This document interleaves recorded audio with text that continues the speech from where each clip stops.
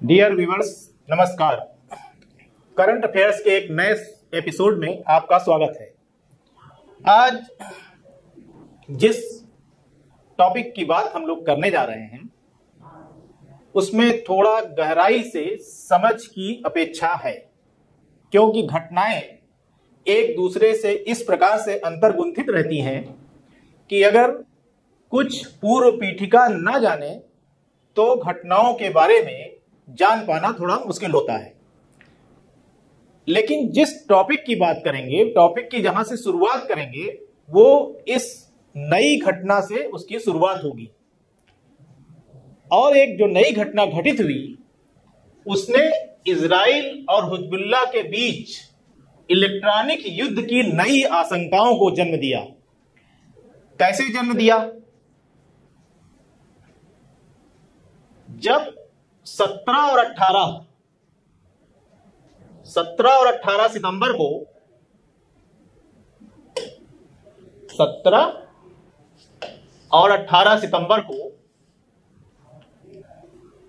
मुख्यतः लेबनान और अंशतः सीरिया में जब हजारों पेजर्स, एक डिवाइस होती है पेजर्स, और सैकड़ों वॉकी टाकी में कहा गया कि इसे इजराइल ने कराया। क्या कराया? विस्फोट कराया। इस घटना से पूरे विश्व के एक नए प्रकार के इलेक्ट्रॉनिक युद्ध की आशंका से ग्रसित किया। किस प्रकार से ग्रसित किया? अब इसको पहले हम घटना के बारे में बता देते हैं और फिर इसकी चर्चा करते हैं। पहले घटना के बारे में समझ लेते हैं, क्या घटना घटित हुई। 17 सितंबर को लेबनान और सीरिया में विस्फोट हुए पेजर्स में, और 18 सितंबर को लेबनान में वॉकी टाकी में विस्फोट हुए। जब पेजर्स में विस्फोट हुए तो लगभग 12 की मृत्यु हुई और 2750 घायल हो गए। अचानक पेजर डिवाइस में विस्फोट होना शुरू हुआ। एक बीप बीप की आवाज आई और जैसे ही संदेशों को देखने की कोशिश किया लोगों ने और उसमें विस्फोट हुआ तो 12 लोगों की तत्काल मृत्यु हुई और 2750 घायल हुए। इनमें से 200 लोग अंधे हो गए, क्योंकि पेजर्स के संदेश को उन्होंने आंख के पास ले जाकर के देखने की कोशिश की थी। इसी तरह जब वॉकी टाकी में विस्फोट हुए तो 30 की मृत्यु हुई और 750 घायल हो गए। क्यों ऐसा हुआ कि ज्यादा विस्फोट पेजर्स में हुए लेकिन मृत्यु कम हुई, लेकिन वॉकी टाकी में सैकड़ों वॉकी टाकी में विस्फोट हुए लेकिन मृत्यु ज्यादा हुई है। इसलिए कि छोटे यंत्र से कम तबाही और बड़े यंत्र से ज्यादा तबाही का सिद्धांत लागू हुआ। पेजर्स छोटे थे, उसकी डिवाइस में जो विस्फोटक थे वो अल्प मात्रा में थे, तो घायल ज्यादा हुए, मृत्यु 12 की हुई। लेकिन वॉकी टाकी में 30 की मृत्यु हो गई और ज्यादातर इन पेजर्स और वॉकी टाकी में विस्फोट करा करके हिजबुल्लाह लड़ाकों से युद्ध किया गया या हिजबुल्लाह लड़ाकों पर हमला किया गया। अब इसके बारे में अगला हम लोग देखते हैं कि ये कैसे हुआ, क्योंकि कुछ और विस्फोटों की भी सूचनाएं आई। जैसे 17 तारीख को पेजर्स में विस्फोट, 18 तारीख को वॉकी टाकी में विस्फोट। कुछ और वीडियोस आए जिसमें 19 और 20 सितंबर को यह सूचना आई कि और कई इलेक्ट्रॉनिक वस्तुओं में विस्फोट हुआ, जैसे सोलर पैनल्स में विस्फोट और एप्पल के फोन्स में विस्फोट और इसी तरह से लैपटॉप में विस्फोट। तमाम विस्फोट की घटनाओं के वीडियो और समाचारों की बाढ़ आ गई। लेकिन इसमें से जर्मनी की समाचार एजेंसी DW ने जब इसकी पड़ताल की तो उन्होंने फैक्ट चेक करके बताया कि ये झूठी सूचनाएं हैं, ये फेक न्यूज थी। इस तरह से फेक न्यूज भी बहुत ज्यादा आ गई। पेजर्स और वॉकी टाकी में तो वाकई विस्फोट हुए, लेकिन बाकी तमाम सूचनाएं फेक न्यूज की भी आई। अब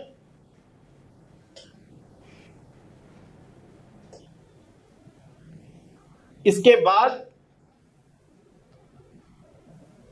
इस पूरी घटना को समझने के लिए हम लोगों को क्या करना है ये देखें। 3 बिंदुओं को बात करना है। एक कि ये इलेक्ट्रॉनिक युद्ध क्यों हुआ, दूसरा इलेक्ट्रॉनिक युद्ध कैसे हुआ और समाधान की ओर कैसे बढ़े। इन 3 बिंदुओं पर हम लोग चर्चा करेंगे। तो सबसे पहले कि इलेक्ट्रॉनिक युद्ध हुआ क्यों, आखिर क्या कारण था, क्या ऐसे ही अचानक इजराइल ने तय किया, जैसे कथित रूप से कहा जाता है कि इजराइल ने इन घटनाओं को अंजाम दिया। तो क्या अचानक इजराइल ने यह तय कर लिया कि इस प्रकार का इलेक्ट्रॉनिक युद्ध करना है, या फिर इसके पीछे कोई रीजन था, यानी रीजन बिहाइंड द रीजन था। तो उसकी बात हम लोग करेंगे कि पेजर की विस्फोट और वॉकी टॉकी के विस्फोट, ये विस्फोट कहां हुए, लेबनान में हुए मोटे तौर पर, और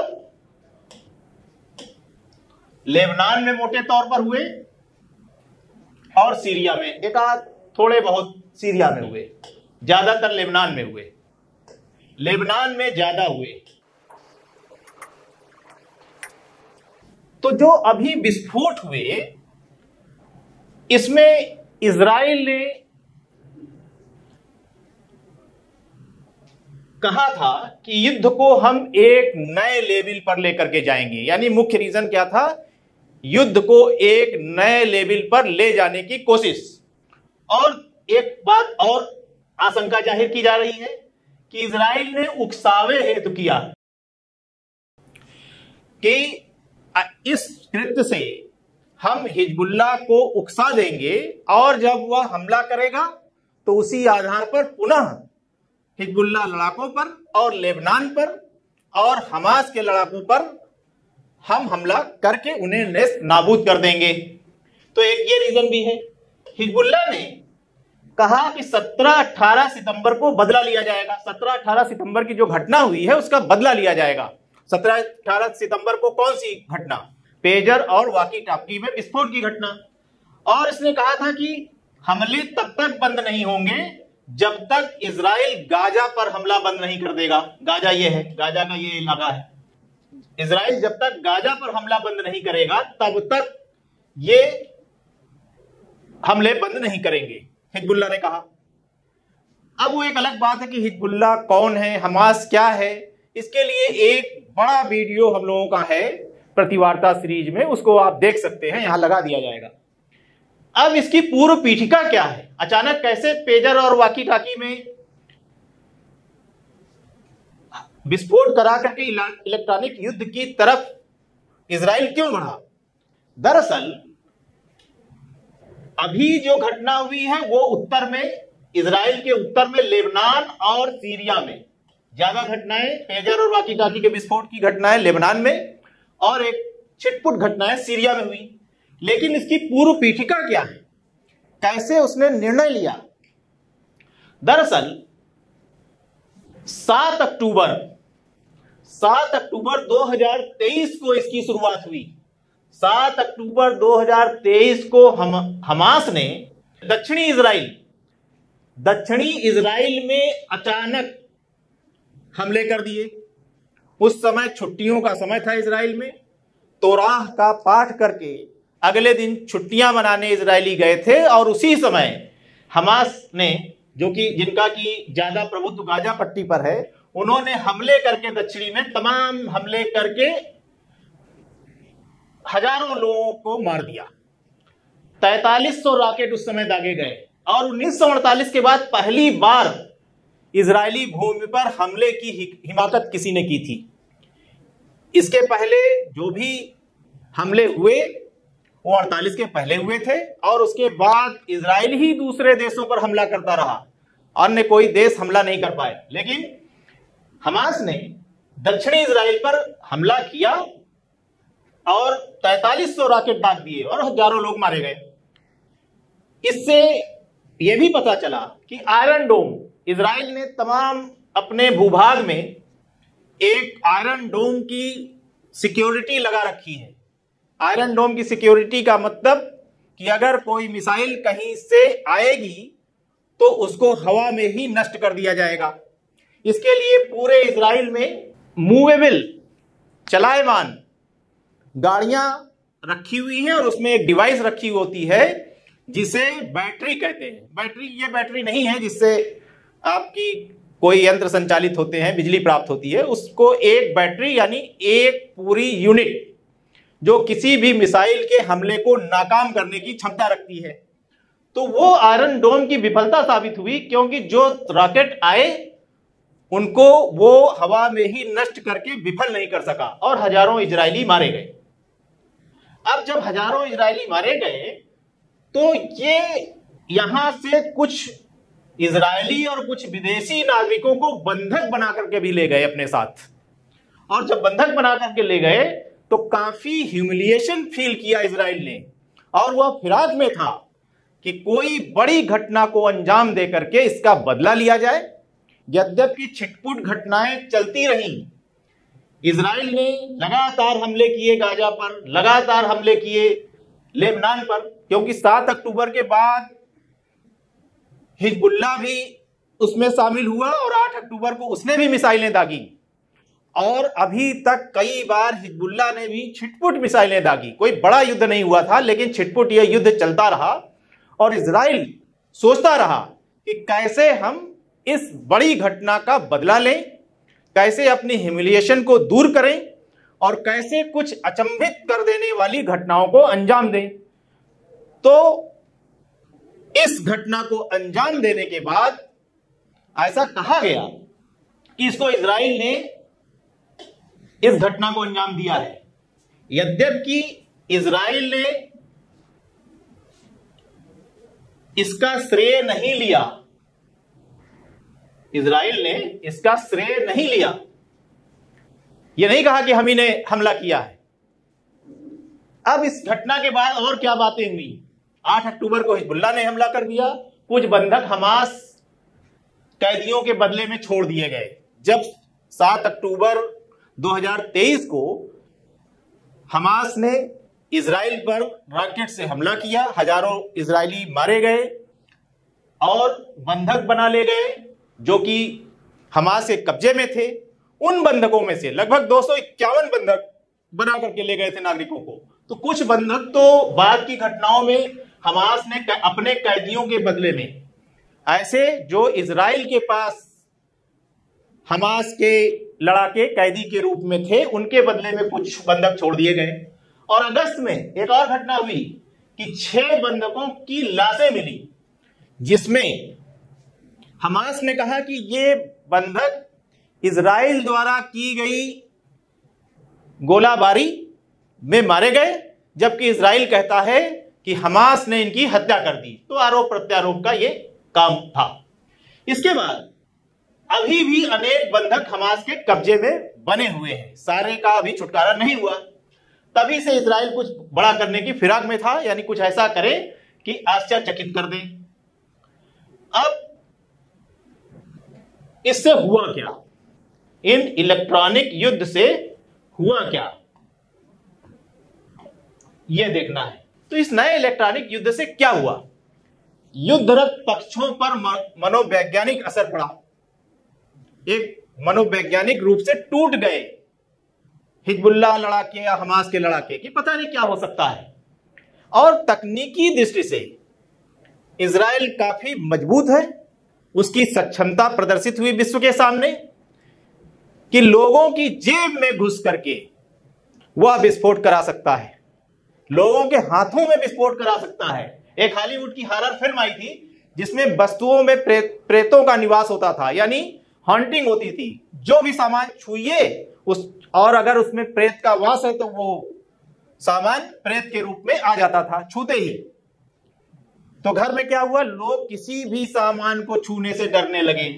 इसी तरह से अब एक भय व्याप्त हो गया कि पता नहीं आज मोबाइल में फिर हो जाएगा, सोलर पैनल में हो जाएगा, या किसी भी इलेक्ट्रॉनिक डिवाइस को संदेह की दृष्टि से देखा जाने लगा कि इसमें विस्फोट हो सकता है। तो एक मनोवैज्ञानिक जो असर था वो युद्धरत पक्षों में पड़ा। और ऐसा नहीं कि केवल युद्धरत पक्षों में ही यह असर पड़ा, केवल हिजबुल्लाह या लेबनान नहीं, अन्य देश भी भयाक्रांत हैं कि शत्रु पक्ष इस प्रकार के कृत्यों से भय का वातावरण निर्मित कर सकता है। और देश जहां जहां शत्रुता होगी वहां वहां इस तरह के विचार उत्पन्न होने लगे कि अगर ऐसा है तो हमारे शत्रु भी ऐसा कर सकते हैं। जैसे भारत में चीन उत्पादित इलेक्ट्रॉनिक सामान और मोबाइल का उपयोग होता है, तो किसी प्रकार की कारस्तानी नए प्रकार के जोखिम ला सकती है। अचानक अगर विस्फोट होने लगे मोबाइलों में तो क्या हो सकता है। तो इस प्रकार का एक भय है, भले ही उसकी अभी दूर दूर तक कोई आशंका ना हो, लेकिन ऐसा हो सकता है। इसी तरह से चीन, भारत और अमेरिका के सबसे ज्यादा सॉफ्टवेयर इंजीनियर हैं। अपने सॉफ्टवेयर इंजीनियर्स का प्रयोग करके ये देश किसी अपने शत्रु देश को भी भयाक्रांत कर सकते हैं। भले ना करें, लेकिन आशंका व्याप्त है। अब जब ऐसा होगा तो विश्व व्यापार संगठन के उस आह्वान का क्या होगा जिसमें उसने कहा है कि पूरी दुनिया के लोग अपनी विशेषज्ञता वाले सामान बनाएंगे और उसको पूरे विश्व में भेजेंगे, यानी उपभोग पूरा विश्व करेगा और जिसकी जो विशेषज्ञता होगी वो सामान बनाएगा। अगर चीन मोबाइल बना सकता है तो मोबाइल बनाएगा, हम सॉफ्टवेयर में अगर हम मजबूत हैं तो हम सॉफ्टवेयर बनाएंगे। और इसी तरह से हमारा अगर सेवाओं में हमारा मजबूत पक्ष है तो हम सेवाएं प्रदान करेंगे, सर्विसेज में आगे बढ़ेंगे, कोई मैन्युफैक्चरिंग में आगे बढ़ेगा।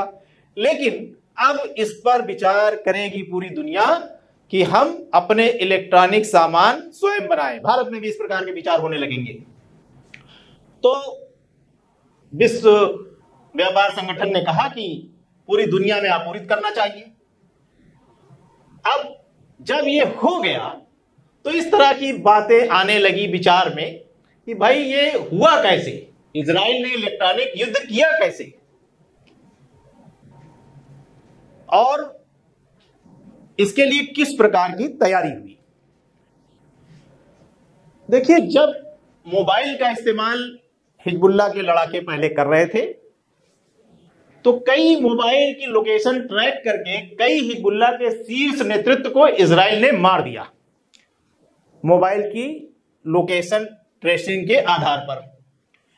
तो हिजबुल्लाह चीफ हसन नसरुल्लाह ने अपने सभी मेंबर्स को पेजर के उपयोग का आदेश दिया था। उसने कहा था कि पेजर का उपयोग करिए, पेजर का उपयोग करने के लिए उसने आदेशित किया। अब ऐसा नहीं है कि इन्होंने आदेशित किया और उसी वक्त इजराइल ने इसकी कोई योजना बनाई, ऐसा नहीं था। बहुत पहले से इस बात पर चर्चा चल रही थी हिजबुल्लाह के बीच में कि हमें मोबाइल से शिफ्ट करके अगर इजराइल आगे की तकनीक की ओर बढ़ रहा है तो हमें पीछे की तकनीक में जाना चाहिए, यानी जिनकी लोकेशन ट्रेस ना किया जा सके ऐसी कोई डिवाइस होनी चाहिए। तब इजराइल ने सोचा कि आखिर किधर जाएगा वो। इजरायली जो खुफिया एजेंसी है वो एक कदम आगे सोचती है, तो उन्होंने दिमाग लगाया कि ये पेजर की तरफ से मुड़ सकते हैं। तब पेजर बनाने वाली कंपनियों पर कैसे हम काबिज होंगे या कैसे उस प्रोडक्शन चेन पर हम अपना कब्जा हासिल करेंगे, उस दिशा में इजराइल ने सोचना शुरू कर दिया और मोसाद ने सोचना शुरू कर दिया 2022 से ही। उसके बाद जब पेजर का आदेश दिया तो इजराइल को पता चल गया कि अब वो आदेश आने वाला है। और 5 महीने पहले हिजबुल्लाह के सदस्यों ने 5000 पेजर्स का ऑर्डर ताइवान की कंपनी गोल्ड अपोलो को दिया। इसके पहले ही इजराइल ने ये सारी योजना अपनी निर्मित कर ली थी कि अगर पेजर्स का आएगा ऑर्डर तो हम किस प्रकार से पेजर्स को रिप्लेस कर देंगे, या इस प्रकार के पेजर्स हिजबुल्लाह लड़ाकों के पास अवेलेबल करा देंगे कि उसमें हमारी छाप होगी, हमारे अनुरूप काम होगा। अब देखिए, तो 5 महीने पहले ताइवान एक जगह है, ताइवान जगह है, और ताइवान में 5 माह पहले हिजबुल्लाह के सदस्यों के लिए लगभग 5000 पेजर्स का ऑर्डर ताइवान की कंपनी गोल्ड अपोलो को दिया गया। गोल्ड अपोलो ने हंगरी की कंपनी बीएससी कंसल्टिंग को निर्माण का लाइसेंस दिया था। तो यह हुआ कि हंगरी की कंपनी इन पेजर्स को सप्लाई करेगी। किसको सप्लाई करेगी? हिजबुल्लाह को। अब हंगरी की कंपनियों के साथ कई जुड़ी कंपनियां इजरायली खुफिया एजेंसी मोसाद के नियंत्रण में थी, उनके अपने कब्जे में थी। यह किस प्रकार थी वो एक अलग बहस का विषय है। अब यहां से हंगरी यानी लगभग यूरोप के पास ताइवान से पहुंच गया ऑर्डर, और ऑर्डर पहुंचने के बाद अब इसमें तमाम चीजें आई। ऐसा माना जा रहा है कि निर्माण कंपनियां इजरायली खुफिया एजेंसी मोसाद के नियंत्रण में थी, और यही एजेंसी ने इन डिवाइस में कम भार के विस्फोटक फिट कर दिए। यानी कैसे किया, इस तरह की अनुमान लगाए जा रहे हैं कि यहीं पर ये विस्फोटक फिट कर दिए गए। 3 ग्राम के विस्फोटक उनकी बैटरियों में फिट कर दिए गए। यह भी कहा जाता है कि पेजर को हैक करके विस्फोट करा दिए गए। एक संभावना यह भी व्यक्त की गई है कि सप्लाई चेन के बीच में, यानी जब पेजर चले बंद करके कि कंपनी से अब हिजबुल्लाह के पास जाएंगे, तो इस सप्लाई चेन के बीच में उसको यहां एक जगह से दूसरे जगह तक पहुंचाने के ही बीच में कहीं पर पेजर्स को बदल दिए गए। यानी जो ओरिजिनल पेजर्स कंपनी के थे उनके स्थान पर इजराइल द्वारा बनाए गए अपने पेजर्स रिप्लेस कर दिए गए। ऐसी भी आशंका व्यक्त की जा रही है। कुछ भी हो सकता है, क्या हुआ क्या नहीं हुआ ये तो या तो इजराइल जानेगा या फिर जब घटनाओं का खुलासा होगा तब पता चलेगा। अब पेजर्स है क्या? पेजर्स अलर्ट के आधार पर संदेश प्राप्त करने की एक डिवाइस है। छोटी सी डिवाइस है, 40-50 mAh की उसमें बैटरी लगती है। रेडियो फ्रीक्वेंसी पर पेजर्स से संदेश प्राप्त होते हैं। संदेश संख्या या शब्दों में हो सकते हैं। संख्या का अलग पेजर होता है और शब्दों का अलग होता है। अब आगे कुछ और पॉइंट्स हैं। एक तरफा संदेश वाले पेजर्स को ट्रेस नहीं किया जा सकता है, यानी उसकी ट्रैकिंग नहीं हो सकती, जिसमें एक तरफ से केवल संदेश जाए लेकिन फिर उसको संदेश वापस ना उसी पेजर से प्राप्त हो। तो हिजबुल्लाह ने ऐसे ही पेजर्स के ऑर्डर किए थे कि शीर्ष नेतृत्व जो भी संदेश आदेश के रूप में भेजेगा उसको सारे लड़ाकों को मानना होगा। बैटरी बहुत अधिक समय तक चलती है इसमें। एक तो ये इसकी विशेषता है, बैटरी बहुत ज्यादा समय तक चलती है। प्राइवेसी मेंटेन रहती है, यानी तुरंत जवाब देना नहीं है, केवल प्राप्त करना है। डॉक्टर्स वगैरह फिर से इस्तेमाल करने लगे। 90 के दशक में भारत में आए थे ये पेजर्स, लेकिन मोबाइल के आने के बाद ये अलोकप्रिय हो गए। लेकिन कुछ ऐसे लोग जो प्राइवेसी को ज्यादा महत्व देते हैं, उन्होंने फिर से इसका इस्तेमाल शुरू किया। डॉक्टर्स, रेस्टोरेंट या आदेश देने का जहां सिस्टम है, केवल ऐसे स्थानों पर पेजर्स का फिर से इस्तेमाल बढ़ा। इसमें लिथियम बैटरी का इस्तेमाल होता है, तो यह ज्यादा गर्म होने पर पिघलने, आग पकड़ने और विस्फोट होने का खतरा इन पेजर्स में होता है। लेकिन इसके कुछ फायदे हैं तो कुछ नुकसान है। तो इस तरह से पेजर्स के बारे में हमने आपको बताया।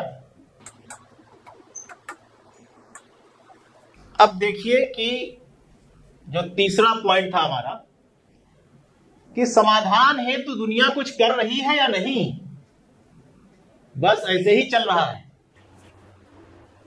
कि विस्फोट उधर हो गया और विस्फोट होते ही हिजबुल्लाह लड़ाकों ने हमला किया, क्योंकि उन्होंने ह्यूमिलिएशन फील किया।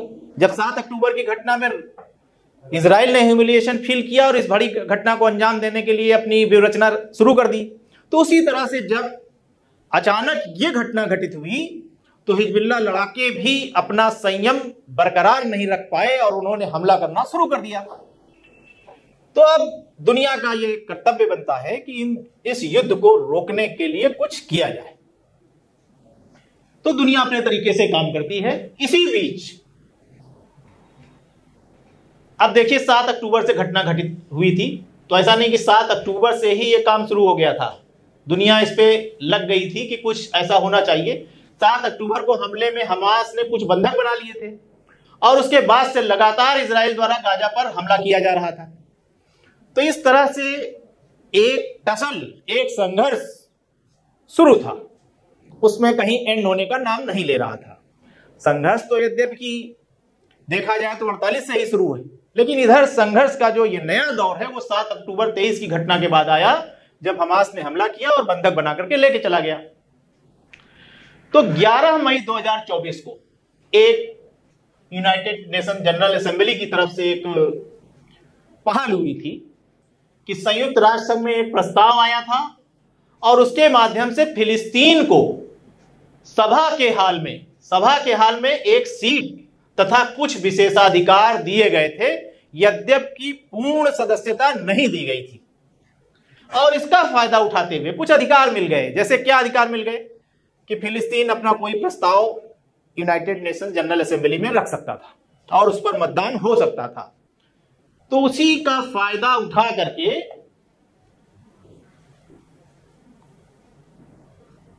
अपने इन्हीं अधिकारों का फायदा उठा करके अपने अधिकारों का प्रयोग करते हुए फिलिस्तीन ने फिलिस्तीनी क्षेत्र से इजरायली कब्जे को हटाने के लिए, क्या करने के लिए कि फिलिस्तीनी क्षेत्र पर इजरायली कब्जा तो है ही है, इसमें कोई संदेह नहीं है, इजरायली कब्जा है, कहां है, फिलिस्तीनी क्षेत्र पर है। इसको हटाने के लिए संयुक्त राष्ट्र महासभा में एक प्रस्ताव रखा। किसने रखा? फिलिस्तीन ने रखा कि यहां से जो ऐतिहासिक लड़ाई है, जो इजराइल फिलिस्तीन क्षेत्र में आकर के बस गया और कब्जा करता चला गया, तो जो हिस्सा हमारा गाजा पट्टी का है और जो पश्चिमी किनारे का है वो हमको दे दिया जाए, उस पर से कब्जा हटा दिया जाए। इसका एक प्रस्ताव संयुक्त राष्ट्र महासभा में रखा। और यह प्रस्ताव कब आया? 18 सितंबर को ही आया, यानी जिस दिन यह घटनाक्रम चल रहा था। आप ये देखिए मजे की बात, उस प्रस्ताव को पूरी दुनिया ने 124 मतों के बहुमत से पारित कर दिया। और क्या कहा उसमें? यह कहा 12 माह के अंदर इजराइल से फिलिस्तीनी क्षेत्र को मुक्त करने के लिए कहा गया। और प्रस्ताव के विरोध में 14 मत पड़े। विरोध में कौन? इजराइल और अमेरिका रहेंगे, और इसी तरह से कुछ और देश, अर्जेंटीना और छोटे छोटे देश, फिजी इत्यादि, जो अमेरिका के प्रभाव में रहते हैं या इजराइल के प्रभाव में रहते हैं, उन लोगों ने विरोध में मत दिया। लेकिन एक और बड़ी संख्या है 43 देशों की, इन्होंने अपने को मतदान से अनुपस्थित रखा, यानी इन्होंने ना तो समर्थन में मत दिया और ना तो विरोध में मत दिया। भारत भी अनुपस्थित रहने वाले देशों में शामिल था।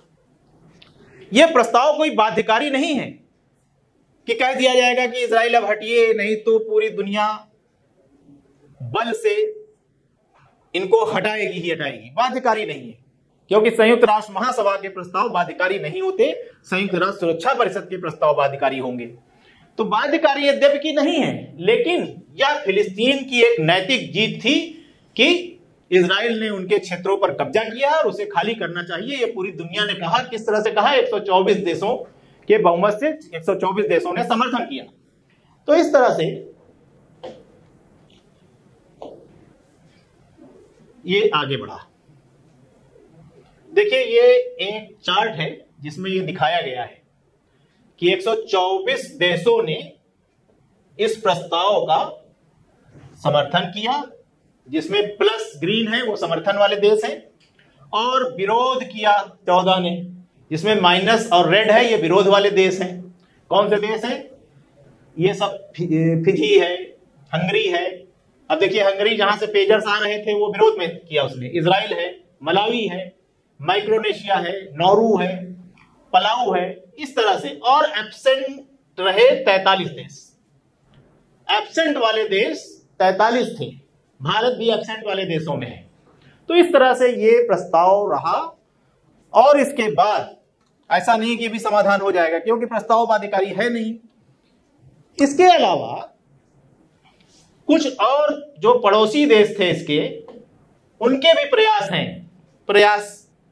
चल रहे हैं, उन पड़ोसी देशों के भी प्रयास चल रहे हैं। जैसे सऊदी अरब, ये मैप में दिखाना चाहेंगे। सऊदी अरब से कहा गया, संयुक्त अरब अमीरात ये हो गए, और इजिप्ट।